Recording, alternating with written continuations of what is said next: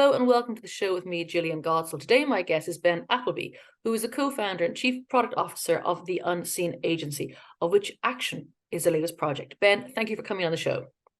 Thanks, Jill. So Ben, I know you a while, but I was going over your CV on LinkedIn. You do a lot of freelancing. So tell me, and also, I mean, I think with your education, photography was your education. Did you do technology and coding and that kind of stuff in college, or did you learn it on the job? So pretty much everything I do has been self-taught, really. So the only bit of education that really was useful for me was I did a national diploma in graphic design, and part of that was an A-level in photography, which I failed both of. And I left school at 15 because I was didn't really get on with education. I didn't really like sitting under fluorescent lights and sitting still.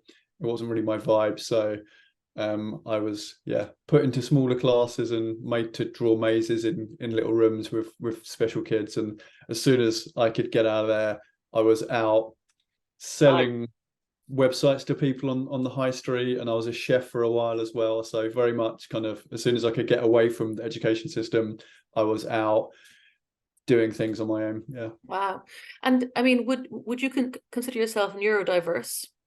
I'm not really sure what that means. I feel like it means you didn't like school.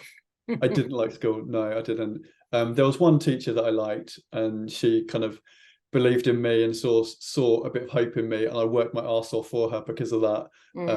And because of that, she put me up a group in English, and I got some GCSEs because of her, just because she's shown a bit of interest and hope in me. But apart from that, it wasn't a good experience, really. Wow. Okay, that's well, not that it's sad, because in your real life you're very successful. You're doing some amazing stuff. So nothing is an accident.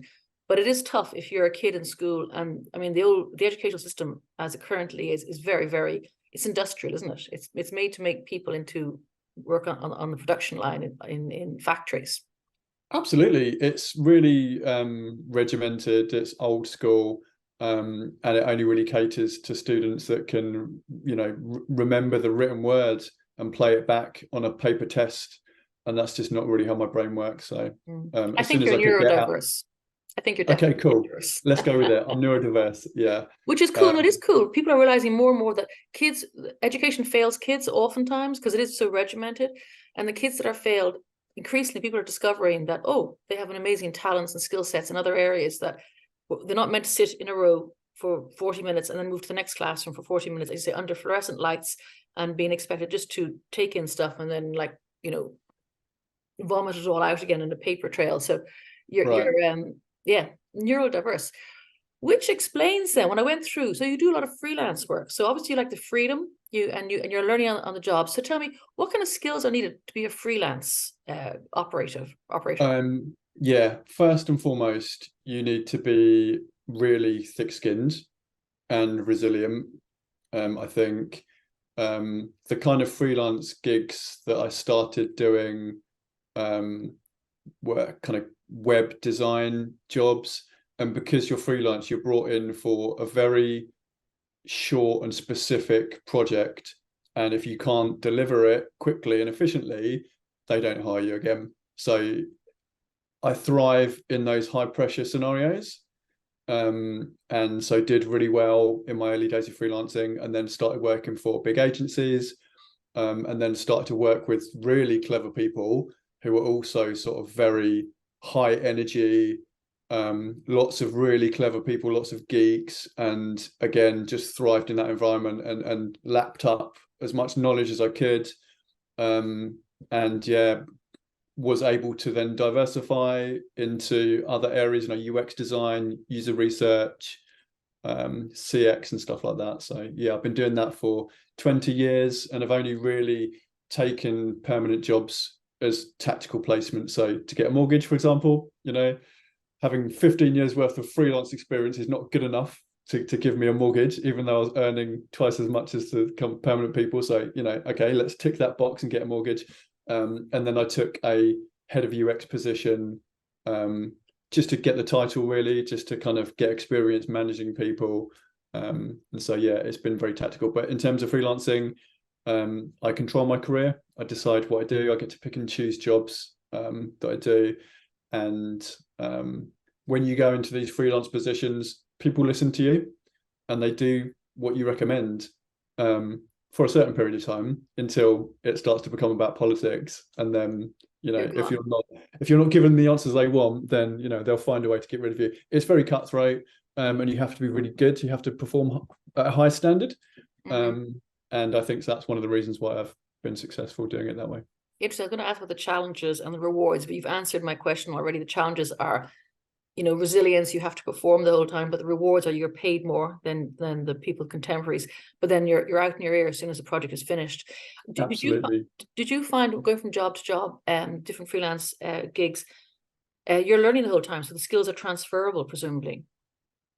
Yeah, they're transferable, but also you get to a certain point, or I got to a certain point in my career where a lot of the processes that I was following, I'd already redesigned them to make myself more efficient and to make the sort of output better. So I then started writing measurement framework methodologies and then sharing them with teams. And then a lot of the times those teams go, oh, hey, why don't you come and work for us full time? And it's like, well, A, I kind of don't want to. B, you won't want me after 9 months because I'll be bored and then I won't be performing. So I'll just, you know, give them an upgrade. And it's funny, you know, after a few years, you then see these methodologies come out. Oh, hey, here's a nice product that does it. And it's like, oh, right, well, I was doing that 6 years ago. So I do like to, you know, continually optimize, not just the product I'm designing for or the situation I'm designing for, absolutely everything, you know, every process. I'll sit there staring at a door handle thinking, that's not designed very well. How do we improve door handles? Like, shit, get back to work. You are definitely neurodiverse. You are definitely neurodiverse. Yeah. Your brain works in different ways. So you also mentioned you're a designer, and that's actually a good point. In the world of blockchain and crypto, the UX is awful.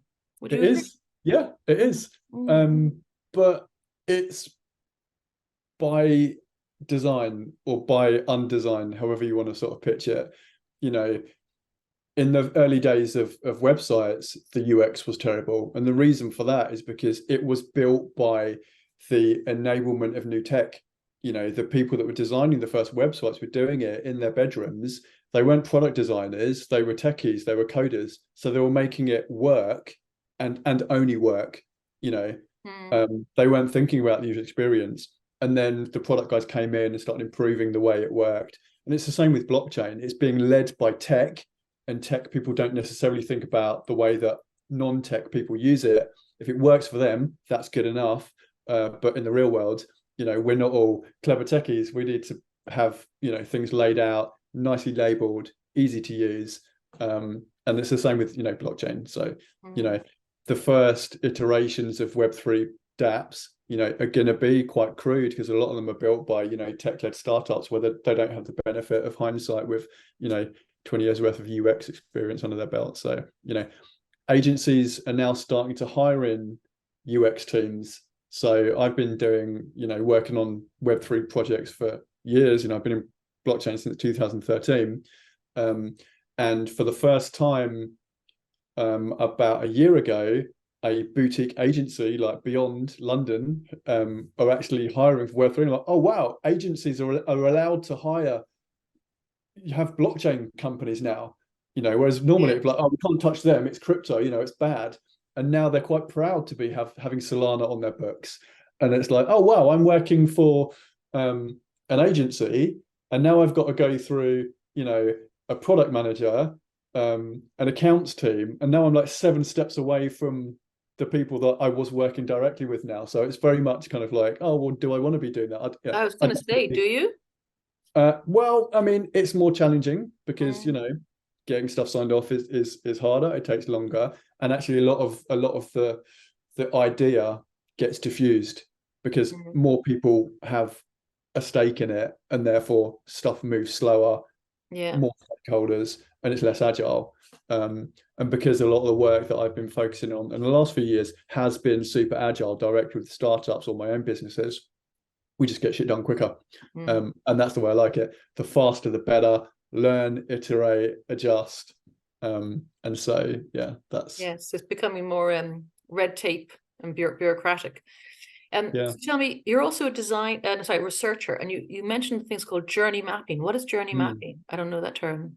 Yeah, so user research will look at either how somebody uses a product or how they interact with a product ecosystem.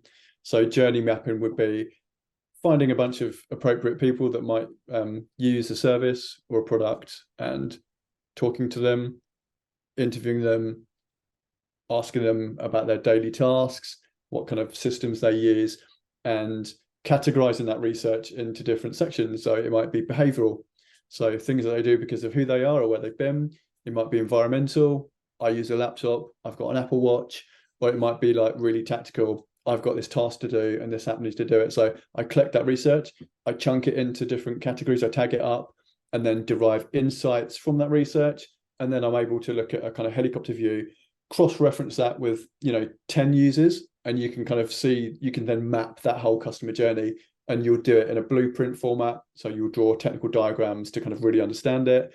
And then you might kind of present that to teams or feed it back. And you use it as insights to drive better product decisions, really, or better service decisions. It's just an artifact that you use if appropriate or if it's needed. You make research sound interesting. Well done. Sometimes it can Research be a bit is dry. fun. No, research is cool because you get to talk to real people and see them struggling with the tools. Yeah. And instead of having to convince a product owner that we should do this change for this reason, you can show them and go, look, this is a real person. Look at their face. Look at the pain on their face. Look how hard it is for them to use. Don't trust me. Here's the research. So yeah, it is a useful tool. Yeah. So you said you like working fast and agile and a lot of your own projects.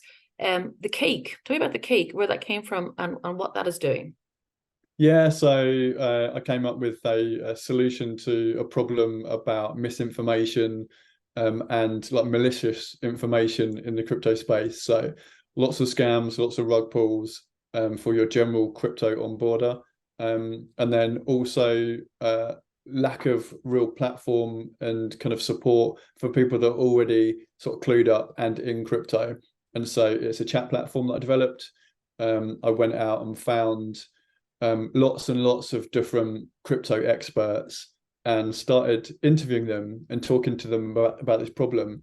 And then through all those experts that I met, I kind of ring fenced all the ones that sort of didn't use jargon or didn't want to kind of, I guess, sell themselves, and also ring fence the ones that have been through a few sort of bear markets and selected them as, your kind of real human friendly sort of crypto experts across different domains.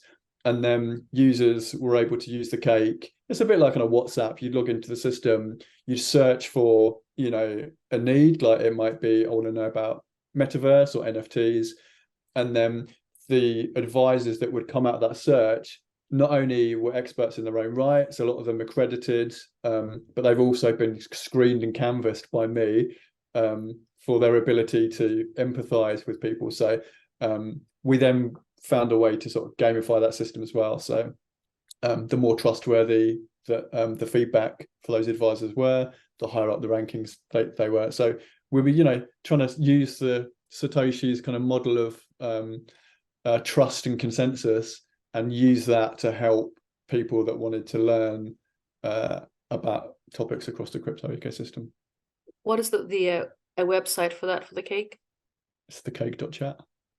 Cool. Yeah. Okay, so where do you get your ideas from? I mean, like, you're definitely neurodiverse. You are. Yes, even the fact that you look at a door handle and you go, "Can I make that better?" That's. I'm not saying it's not normal, but I mean, you deserve your title, the chief product officer, because you're constantly thinking. So where do the ideas come from? Is it physical things, ideas, concepts? It comes from, I guess, like obviously I've done many jobs. One of my very early jobs was like telemarketing. And so I used to phone people up and like sell them like networking equipment. And that was the first time that I realized what kind of marketing or sales was, that it was like a numbers game, right? So if you phoned enough people, you'd find enough needs. And if you could sort of talk to those people and unpack those problems, there was commercial opportunity there. And so I've got a sort of a commercially led sort of design approach to kind of problem solving. And so I will just kind of sit there and think, well, where's the gap in the market? Where's a problem that I've experienced? Does everybody else have that problem? Oh, right, okay, there's a pattern here. A lot of people have this problem. There's high demand and a low supply, and I try to sort of fill those gaps where I can. And so because the way that I kind of, I guess, map out solutions and scenarios, it kind of happens almost instantly. So I'll think of a problem. I'll give you another example. If somebody were to give me a website brief and they go, right, here's the problem, because I've done so many websites and apps in my career, I know all the patterns that have been used, and I know all the patterns that I've designed that haven't been used, and I can quickly come up with new solutions for patterns that don't exist. So somebody goes, here's the brief, my brain just it just maps it out instantly, and I go, that's it. And they're like, well, don't you want to do some research? It's like, well, we can do some research, but it'll be that. And that's very funny. Yeah, it's kind of, and then you have to go and do the research just, to test. Oh no. Correct hypothesis. I can't like reveal my cards. You have to have the correct approach to, be an unbiased sort of researcher to. But you've already got the answer. That's hilarious. You just have to go back to make 9 times out of 10, and that's just experience. But with different scenarios, especially with like Web3 audiences who kind of work in slightly different ways, a lot of those roads haven't been mapped.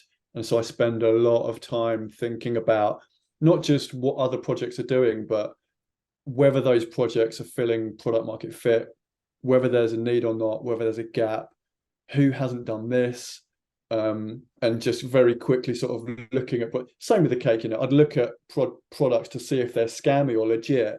And, I'd be looking at the team, I'd be looking at, what their product does, who it's marketed for.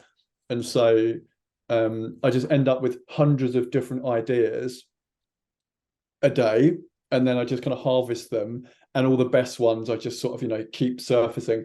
And then people that I talk to, people that I meet, people that are interested in business, I share those ideas. And if there are people that also have amazing ideas, like Richard, my co-founder, is another one of those people that you instantly meet and you go, shit, he's got really good ideas. And I never say that about anybody. If I'm saying you've got amazing ideas, I'm comparing you to me. And I don't want to sound big-headed, but I've worked with a lot of people across a lot of agencies, thousands and thousands of people. Have delivered hundreds and hundreds of products.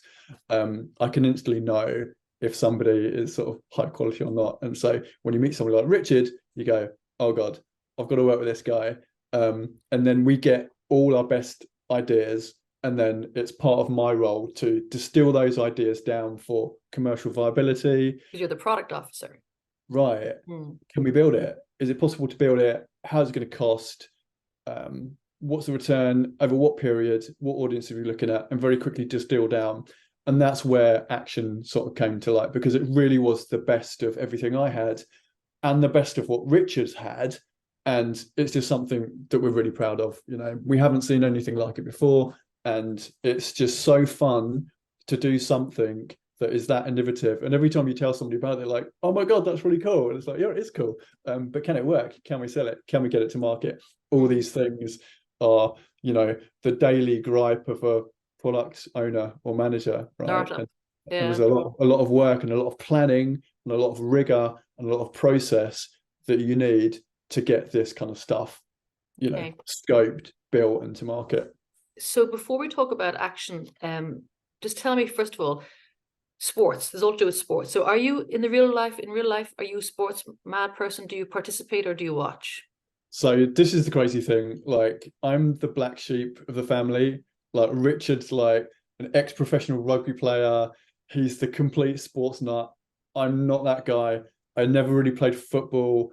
I only watched football for a while when I was sharing a flat with my housemate who was a Liverpool fan. And so, we watched the games, but I'm the opposite. I'm like an outdoors guy. I like rock climbing, surfing, mountain biking. I like adrenaline. I like to be scared. I like to be like mentally challenged. That's where I get my kicks. I'm not necessarily like a team sports kind of guy. So, bouldering, climbing. Well, it's like almost, I'm gonna say the opposite track, but I don't mean that. I mean different. It's like a jigsaw. Different pieces fit in. Where did you and Richard meet, by the way, and your other co-founders? Where did you get together? So this is the cool thing, is that when we were running the cake, the metaverse, which is becoming massive. And I had a team working in Croatia who were going out and doing outreach for me. I said, go and find me a bunch of NFT and metaverse experts. I want some high quality, trusted advisors on the cake. And one of them was Richard. And so I started talking to Richard and I was like, this guy's great. And so I was like, I instantly signed him up as an advisor on the cake. And he kind of reached out to me and said, could you consult for me? I've got an idea for a Web3 agency. And I was like, yeah, absolutely. And so we started chatting quite a lot.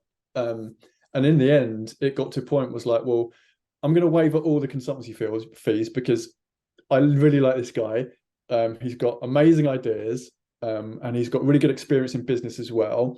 And I just said, I want to work with you on this. And it wasn't long before we both agreed that we should work together. And that was probably, a year and a half ago now. So that's how I met Rich.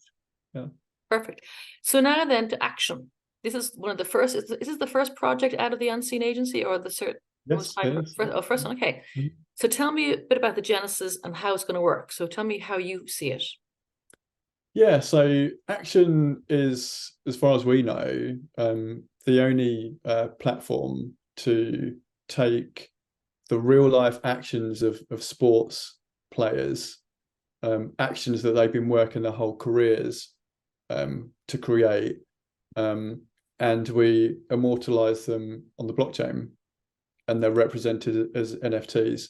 And so Action uses the excitement of live sports. So you're watching sports, you've got your team, you've got your players.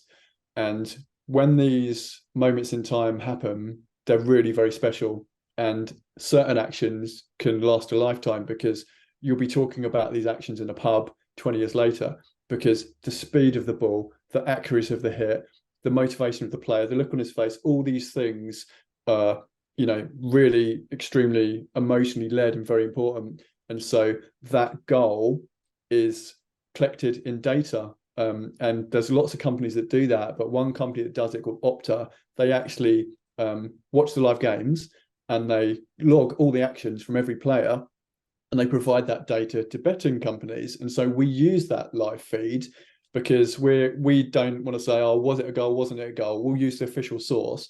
And when those actions are verified, we stream that live data into our smart contract, and Action community members that are holding NFTs that represent those players and actions can win when those actions, if those actions are realized in the real world. So your NFT might be Mo Salah 34. If Mo Salah starts the Premiership and the first time he touches the ball, that's touch 1. By the time he gets to touch 33, if he then scores on touch 34 and it goes in the net, and your NFT is Mo Salah 34, you've won. And now you've bound that real world action to your NFT, and you can actually draw prize funds trustlessly out of our smart contract, out of our prize pool. So that's pretty cool. Can you explain a bit, because it is more complex? It's not like some companies do sell video NFTs of NFL, whatever. There's different companies. Explain how Action is different from video NFTs that other companies offer. Yeah, so we're using the actual live data that is official. So for everything that happens on the pitch, that is officially logged by companies like Opta. And that's what makes it completely different. It's real things that happen. It's not a video clip of it. It's the live data that underpins the truth. You're starting off with the Premiership, yeah. It's the historical truth of what actually happened in that moment. And so it's factual, and we tie our NFTs to that data. And yeah, I'm going to be careful what I say now, because there's so many really cool ideas that we've got and things that we want to do. So I don't want to sort of, reveal too many cards. But what I will say is that the first iteration of Action is as simple as we could have made it. It's still very fun. It's still an awesome game. But for all the sort of community members that get into Action early, they're going to see a lot of really cool stuff happening to the Action platform over the next few years. So I'm going to ask you about the roadmap, but you're not going to tell me. It's a secret. You have to kill me. Well, the roadmap, you know, we do have a roadmap. Of course, we do have a roadmap, but at the moment, that roadmap may as well not exist because we've been working on this product for a year and a half. The Premiership starts on the 12th of August, which is a mere weeks away. Yeah. And we are minting the NFTs on the 3rd, and we're just so busy. We're literally sort of almost talking with the team all day, every day, finalizing the minting strategies, allocating the white lists, booking celebrity talent for Ask Me Anythings. I mean, it's just nonstop. We've got partnership conversations happening left, right, and center. So it's all dovetailed to the next few weeks, really. So, that's crazy. The time that you're talking to me now, we're going to look back and go, that was, you know, I haven't really slept much in the last few weeks because there's just so much to think about. Yeah. And tell me then, what blockchain is it built upon? Yeah, so you obviously, you know, that's a really fun decision to make, and there's lots of options out there. The answer is pretty boring and predictable, but we built it on Ethereum. There's not, like I said, in the first iteration of the game, the interactions with the smart contracts are low. You'll interact with the smart contract to mint your pass, and then you watch the games on your phone or down the pub with your mates or whatever. And then if you win, you'll do a transaction and you can rinse the prize money out of that contract. So the interactions are minimal. The future of Action NFT is going to be per block. So at that point, we'll be looking at layer 2s and we'll be looking at, you know, higher throughput. But one of the reasons that we decided to stick with a layer 1 is because that's where most of the value is. It's also where most of the development community are. And so we've got a lot of support with Solidity, even though Solidity is not perfect by a long way. The development community is vast. A lot of value is there. And so we want to stay close to the money and close to the talent to get it built. The fact that we built on Ethereum means that we can move to different EVMs really easily, whether that's Binance, whether we want to utilize like Polygon or layer 2s to kind of speed up the transaction and lower the gas fees, we can do that. Brilliant. So finally, maybe not a very interesting answer, but a highly tactical decision. Yeah. Yeah, I'd like tactical. You use tactical quite a lot to your advantage in your career. So you're starting off with the Premier League, it's football, English football. Don't ask me any football questions, please. No. I don't know much about football either. I'm going to say, but it's not limited to football. Sure, it's not. This is just the start. The cool thing about Action is that these moments in time that athletes work their whole lives for are represented in loads of sports. And the way that we built it, we can pull in different data from any sport. And with football, we've chosen prizes to be on the assist. So if you pass to somebody that scores a goal, that's an assist, you get a prize for that. And then the goal is obviously the prize that everybody wants, you know. If that goal is, you know, the winning goal of the Premiership, then it's likely that there's even more value attributed to that NFT as well. So that's football.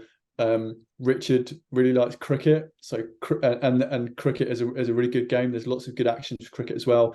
But even stuff like cycling, you know, it would be a good move for Action. Rugby, we can pretty much kind of go where we want to go to. We can move across sports, but we can also move to different football leagues as well. So all the pivot options are vast. And the game at the moment is, it's quite flat, right? It's quite 2D.